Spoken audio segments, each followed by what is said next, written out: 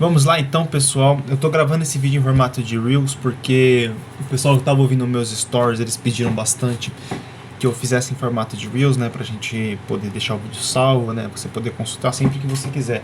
Eu não vou me dar o trabalho de editar esse vídeo agora, porque aí não vai bater a relação engajamento-qualidade, né? Então, se você gostar desse vídeo, eu acho interessante você curtir, comentar, compartilhar, porque aí eu vou ver que vocês estão gostando do conteúdo e eu posso me dedicar, né? Dedicar mais tempo da minha rotina para trabalhar com mais qualidade. Eu vou pôr o óculos porque meu olho tá com terçol e vai ficar um negócio muito feio para vocês que olhando isso. Eu vou falar brevemente aqui sobre este livro aqui que eu acabei de ler, né? Acabei de ler não, faz alguns dias já que eu li, que é o Respire, do Rickson Gracie. O Rickson Gracie, ele é um dos filhos do nosso fundador do jiu-jitsu brasileiro, né, o Hélio Gracie. E, na minha opinião, é um livro muito importante para quem está nessa jornada, não só do jiu-jitsu, mas das artes marciais em gerais. Por quê? Porque ele está contando uma história de um guerreiro, a história de um homem que viveu pela arte dele, que viveu para se aperfeiçoar, entendeu? Então, aqui a gente vê como que é a vida de um campeão, como que é a vida de um homem invencível, né? Porque ele nunca foi derrotado em nenhum duelo que ele teve, né? Tanto os formais que ele foi, quanto os informais, né? Porque aqui a gente vai ver bastante ele tendo conflitos na vida dele, conflitos físicos mesmo, né? Situações de briga, situações de duelo por honra, né? E etc. Então, é disso que se trata o livro principalmente, né? Ele vai contar a história dele desde a infância até os dias atuais, né? Até o dia que ele terminou de escrever o livro, né? Para ser mais exato. E o livro é narrado por ele próprio, né? As primeiras páginas, na verdade, são prefácios de alguns conhecidos dele, né? Como Peter Maguire e um diretor de cinema, inclusive é o diretor de Tropa de Elite, né? Que vai passar a perspectiva deles, né? É interessante que até o... Qual é o nome do rapaz mesmo? Eu não lembro o nome do diretor de Tropa de Elite. Enfim, o diretor de Tropa de Elite, ele vai falar aqui no prefácio dele que é interessante até que as academias tivessem as fotos não só do Hélio e do Carlos Gracie, mas também do Conde Koma, do Jigoro Kano, né, que são os pais os avós do jiu-jitsu brasileiro, né, pra gente falar melhor, né. Eu não vou me aprofundar muito aqui na história do jiu-jitsu. Quem tiver interessado, a gente conversa disso depois. Mas enfim, basicamente, eu vou falar aqui dos pontos chaves do livro. E se você se sentir interessado, entre em contato comigo que eu te mando o link, tá bom? Primeiro, é legal ver aqui a evolução do Rickson, porque o Rickson, ele começa o livro sendo um moleque. Ele é um moleque. Quer dizer, ele treina jiu-jitsu, ele vive com a família Lee Gracie, né? Só que ele é um moleque. E como que a gente percebe isso? Alguns comportamentos imprudentes que ele teve, né? Ele tem falhas, né? Tipo, por exemplo, o maior ponto fraco dele aqui no começo do livro, né? Que ele descreve pra gente é a claustrofobia dele, ou seja, não rola, ou seja, não é bem um duelo, né? Na verdade é um treino. Durante um treino, ele teve um ataque de pânico enquanto lutava com o faixa azul, porque o faixa azul deixou ele apertado, né? Hoje a gente chama isso aí de quarto escuro, né? Deixou ele no quarto escuro, ele ficou em pânico e bateu no desespero, entendeu? Então aí dali ele começou a desenvolver, né, essa claustrofobia, né? Ele se amarrava, ele se prendia dentro de um tapete fedido para conseguir controlar esse pânico dele, né? Até ele conseguir sentir conforto no desconforto, né? Que é o que ele diz bastante, o Rickson diz isso até hoje, né? Sentir conforto no desconforto. E dali da frente ele desengata, né? Ele também vai ter um episódio ali que ele vira traficante de drogas, né? Ele trafica erva, né? O pai dele acaba descobrindo, aí tem um rolê todo lá, ele quase vai preso, etc. E isso é bastante interessante, porque mostra que o Rickson, né? Esse cara aqui que hoje a gente vê, que a gente admira, que a gente acha que é uma máquina incrível, ele já foi um ser humano. Não que ele não seja hoje, né? Mas ele já foi uma pessoa cheia de falhas, né? Hoje ele tem essa imagem de perfeito, né? Muitas das vezes, né? Principalmente no jiu-jitsu, o cara é imbatível, não importa quem você seja, ele vai te ganhar, não tem muito o que fazer, né? Porque ele literalmente respira a arte marcial dele, ele vive pela arte marcial dele. Depois, posteriormente, o Rawls vai morrer, né? O irmão dele, o Rawls, que era o campeão até então, né? Porque a família tinha essa dinâmica de campeões, né? De filho favorito, etc. E o Rawls chega lá, acaba morrendo num acidente de asa delta, e o manto de campeão da família passa pro Rickson, porque até então quem era o melhor era o Rawls. Só que o Rawls morre, então vai pro segundo melhor, que era o Rickson. O Rickson, ninguém ganhava do Rickson, mesmo na própria família. Entendeu? E o que faz o Rickson ser isso?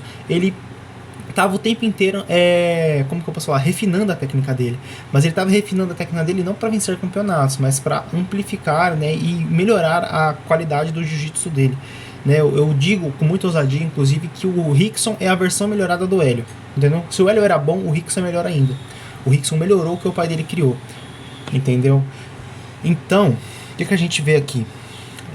Vai ter episódios que ele vai atrás de técnicas de respiração, né? Eu acho que o episódio mais interessante é do Orlando Cunningham, né? Que o Orlando Cunningham ensina ele a respirar, ensina ele um negócio chamado bioginástica, né? Que é uma modalidade ali totalmente voltada a trazer o ser humano para o seu estado natural, né? De respiração, movimentação, né? Deixar seu corpo o mais primitivo possível, né? Porque nosso corpo ele foi projetado para combate, ele foi projetado para escalar, ele tem um jeito específico de respirar que hoje na sociedade moderna a gente perdeu. Por exemplo, o certo é a gente respirar com diafragma, ou seja, respirar expandindo a barriga, porque aí entra mais oxigênio nos pulmões. Só que hoje a gente já não faz mais isso, hoje a gente respira com o peito. E aqui a gente já não consegue puxar tanto ar porque a gente está travando os pulmões no lugar, entendeu? Então tem todo um remeleixo ali que ele vai aprender, que vai transformar ele bastante, que vai deixar ele melhor do que ele já estava. E falando no Hélio, tem uma parte bem específica aqui, bem legal, que mostra a face real do Hélio. Nós que fazemos jiu-jitsu, a gente tem essa coisa de endeusar o Hélio Gracie. Nossa, o Hélio Gracie era perfeito, o Hélio Gracie era aquilo, era isso, ele tinha uma filosofia de vida incrível, ele tinha uma alimentação incrível, ele era legal demais. Só que não. O Hélio, a gente vai aprender aqui com o Rickson, né? E como eu disse, é o Rickson que narra, o filho dele. A gente vai entender que o Hélio, cara, muitas das vezes ele era muito antiquado. Problema, tipo, o Hélio, claro, ele tinha uma técnica perfeita, ele tinha um sistema de disciplina muito voltado ao samurai, né? Tanto que dizem que ele é o primeiro samurai brasileiro, né? Porque ele tinha uma dinâmica de samurai bem certinha. Só que também, mano, em questões filosóficas, o Hélio era muito falho, muito falho. Por quê? Primeiro que ele enxergava as mulheres totalmente como um meio de reprodução. Ele cagava para as mulheres, ele não tinha esse sentimento, ele não sentia nada pela esposa dele, ele não tinha isso. Tanto que a gente vai descobrir que o Rickson é filho de um caso extraconjugal. O Rickson não é filho da senhora Gracie, no caso, né, que agora não vou lembrar o nome dela, mas ele é filho do Hélio com a empregada da família. Foi uma relação extraconjugal consentida pela mulher, né? Porque até então a senhora Gracie, como eu disse, não lembro o nome dela, era infértil, então ele fez esse esqueminha. Só que não acabou por aí. O Hélio teve outros casos com outras mulheres e isso, querendo ou não, aumentou o tamanho da árvore genealógica dele. Muitos dos filhos do Hélio são frutos de casos extraconjugais não consentidos. Né, foram casos feitos às escondidas. Inclusive o Hélio, ele tinha um comportamento muito filha da puta de quando a mulher dele descobria uma traição, ele entrava na cabeça dela para virar amiga dessa pessoa. Ou seja, ele tinha uma amante e ele fazia a mulher dele virar amiga da amante. Então a mãe do Rickson, a mãe que ele considera mãe de criação, né, que é a senhora Gracie, como eu disse, sofria muito com isso. Muito. E o pai dele, ele repassava essa filosofia, né, de não tratar as mulheres como seres humanos, mas sim como meios de reprodução. O Hélio também, ele era muito duro emocionalmente, ele não tinha muito sentimento, ele era meio foda-se pra tudo, pra ele era mais questão de performance e honra, entendeu? E o Rickson, ele vai contra essa ideia, tanto que vai ter muitos conflitos aqui no livro, não só no começo, mas na fase adulta dele, que o Rickson entra em conflito com o pai dele, porque ele quer, por exemplo, a esposa dele, né, a ex-esposa Akin, vai ajudar no processo de profissionalização das lutas do Rickson, e o Hélio não concorda com isso, né? Ele não concorda que a mulher do Rickson seja empresária dele, porque é uma mulher, entendeu? Então tem esses pontos. Isso mostra pra gente que o Hélio, por mais super performático que ele seja, por mais que ele tenha uma filosofia samurai muito interessante, ele seja quase um artigo de ouro, né, para para uma juventude tão afeminilizada que a gente tem hoje, né, que os meninos parecem meninas, ele tem esses pontos a serem discutidos também. O Hélio não era uma figura perfeita, ele não era um cara perfeito assim, ele tinha muita técnica sim, ele fundou o jiu-jitsu brasileiro sim, só que ele também tinha comportamentos muito problemáticos. Isso que eu acho interessante ser dito. E a filosofia marcial também do Rickson, que ele separa atleta de artista marcial. Como assim? Ele separa no sentido de que, basicamente, se você tá cheio de medalha, você é campeão de não sei lá quantas coisas, mas mesmo assim você não consegue lidar com uma luta de rua, né? Isso acontece muito no karatê. A forma de luta competitiva do karatê é muito diferente da luta real. O que acontece?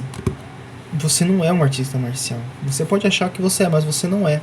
Por quê? Porque você não consegue lidar com uma luta real. O que tem numa luta real? Bom, o jiu-jitsu competitivo é o quê? É luta de agarra, entendeu? Você vai agarrar, fazer chaves e fazer estrangulamentos. Você não pode dar um soco na cara do seu adversário, por exemplo. Só que na rua não existe essa regra, entendeu?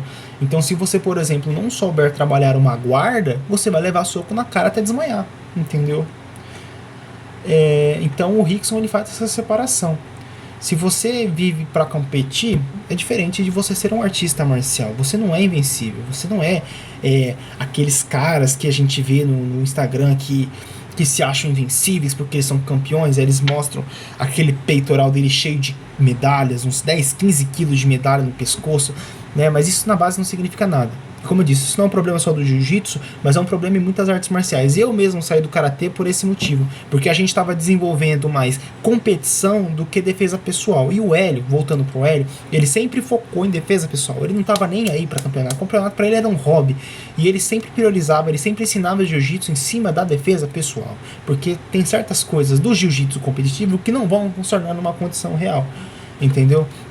Então, basicamente é isso, entendeu? Basicamente é esse ponto que ele trabalha bastante mais ali pra metade do final do livro, que ele vai começar a se descobrir como um samurai, entre aspas, né? Que ele vai pro Japão, aí ele vai pras montanhas, ele vai ficar meditando, ele vai ver os pássaros, aí ele tem situações que ele quase morre, né? E é muito interessante ver essa criação. E também no final, bem no final do livro, o Rickson ele vai passar uma visão anticampeonato. Como assim? Já no começo do livro ele já fala, né? Ele fala que a intenção dele hoje, o Rickson hoje, a intenção dele é restaurar o jiu-jitsu do pai dele, que é aquele jiu-jitsu voltado para defesa pessoal, aquele jiu-jitsu que afeta todos os âmbitos da sua vida, né? Que você consegue desenvolver em várias áreas da sua vida e não só o jiu-jitsu competitivo, porque é o que acontece bastante hoje em dia. Quando você se distancia da arte marcial e vai para a parte comercial, ou seja, competitiva da arte, o que acontece? Se perde muitas coisas. Se perde técnica, se perde usabilidade, principalmente usabilidade. Se perde filosofia, né? E aí, cara, é ladeira abaixo. É ladeira abaixo. Por que o Rickson conseguia vencer todo mundo? E hoje, por exemplo, o Mika Galvão não consegue?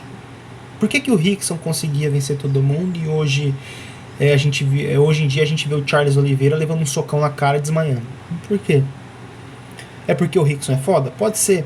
Só que todos os Gracies ali, até os mais estúpidos, até os mais sábios, como o Rickson, não eram fáceis de vencer. Na verdade, na maior parte do caso era impossível. Só teve um cara que venceu um Gracie, que era o Sakuraba.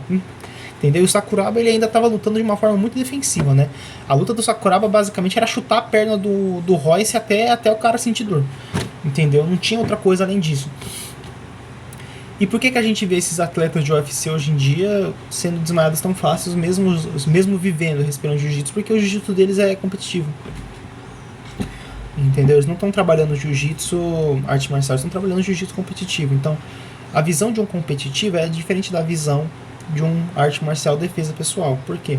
Porque o cara da defesa pessoal, ele tá esperando um soco, ele tá esperando uma cotovelada, ele tá esperando um dedo no olho, ele tá esperando uma cabeçada, ele tá esperando o pior do adversário dele. Agora, se você só treina pra competir, você não tá esperando isso.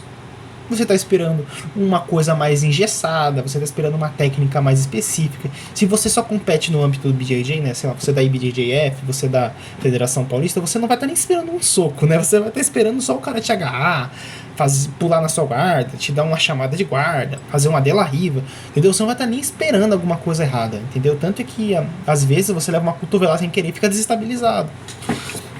Entendeu? Então o Rickson ele vai trabalhar muito disso. E por isso que hoje eu recomendo esse tipo de livro para vocês. Por quê? Porque é um livro que vai desenvolver o artista marcial dentro de você. Você vai tirar da sua cabeça essa coisa de que jiu-jitsu é só hobby, que é um esportezinho, um mequetrefe que você faz, né? Que é uma coisa que você vai aprender, virar um super artista marcial. Não. Você vai entender lendo esse livro que é uma coisa que você precisa desenvolver em todas as áreas da sua vida. Como eu disse, o Rickson, ele não fica só na... Como que se fala? Ele não fica só lá no dojo treinando o dia inteiro. Pelo contrário, ele vai pra praia, ele vai surfar, ele vai viver a vida dele. Só que sempre tentando extrair alguma coisa ali para desenvolver o jiu-jitsu dele. Tanto que a maior arma dele, que é a respiração, ou seja, ele sabe controlar a respiração de uma forma perfeita. Ele sabe controlar a respiração de uma forma perfeita, que deixa ele completamente calmo, completamente tranquilo durante a luta. E onde que ele descobriu isso? Foi no jiu-jitsu? Não foi no jiu-jitsu, foi com Orlando Canning. Foi no estúdio do Orlando Canning, entendeu? Então ele aprendeu a integrar a vida dele ao jiu-jitsu. E isso é uma coisa que todo artista marcial tem que ter. Porque até o próprio Musashi, o maior samurai da história, o samurai invencível, ele fazia isso. Ele tinha uma vida, ele vivia essa vida, juntava com a arte dele e ele se tornou o que ele é hoje, uma lenda incrível, invencível, que hoje a gente sabe que se você tentasse fazer alguma coisa com ele, você nunca ia conseguir. O cara te matava com um pedaço de pau, mesmo você usando uma espada, entendeu? Então é uma coisa que está se perdendo aos tempos. Esse livro é muito necessário por causa disso. A filosofia marcial das artes está sendo perdida para esse cenário competitivo muitas vezes, porque o cenário competitivo envolve mais performance do que filosofia de vida, entendeu?